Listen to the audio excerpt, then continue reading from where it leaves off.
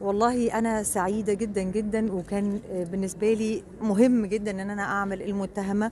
باعتبره من أهم أعمالي صح. المسلسل ده ومن أهم أدواري، والحمد لله إن اتقدّر جدًا جماهيريًا ونقديًا، يعني كل الfeedback عليه كان إيجابي بشكل كبير جدًا، جدًا، وعلى الدور وعلى أدائي، فده يعني مهم اشتغلتِ بالنسبة إزاي لي. على الدور وكان دور صعب؟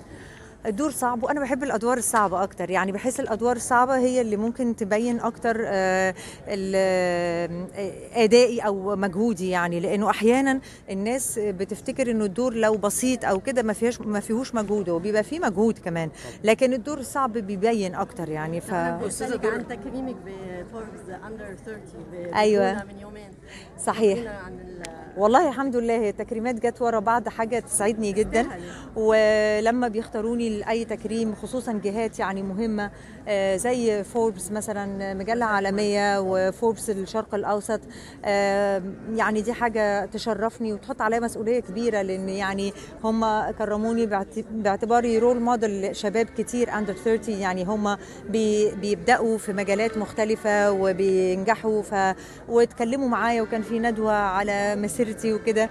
طبعًا مسيرتي لسه يعني مش طويلة أوي، لكن يعني بس مهم إن عظيمة. إحنا نقول غنية. يعني غنية، غنية برافو وثرية عليكِ يعني على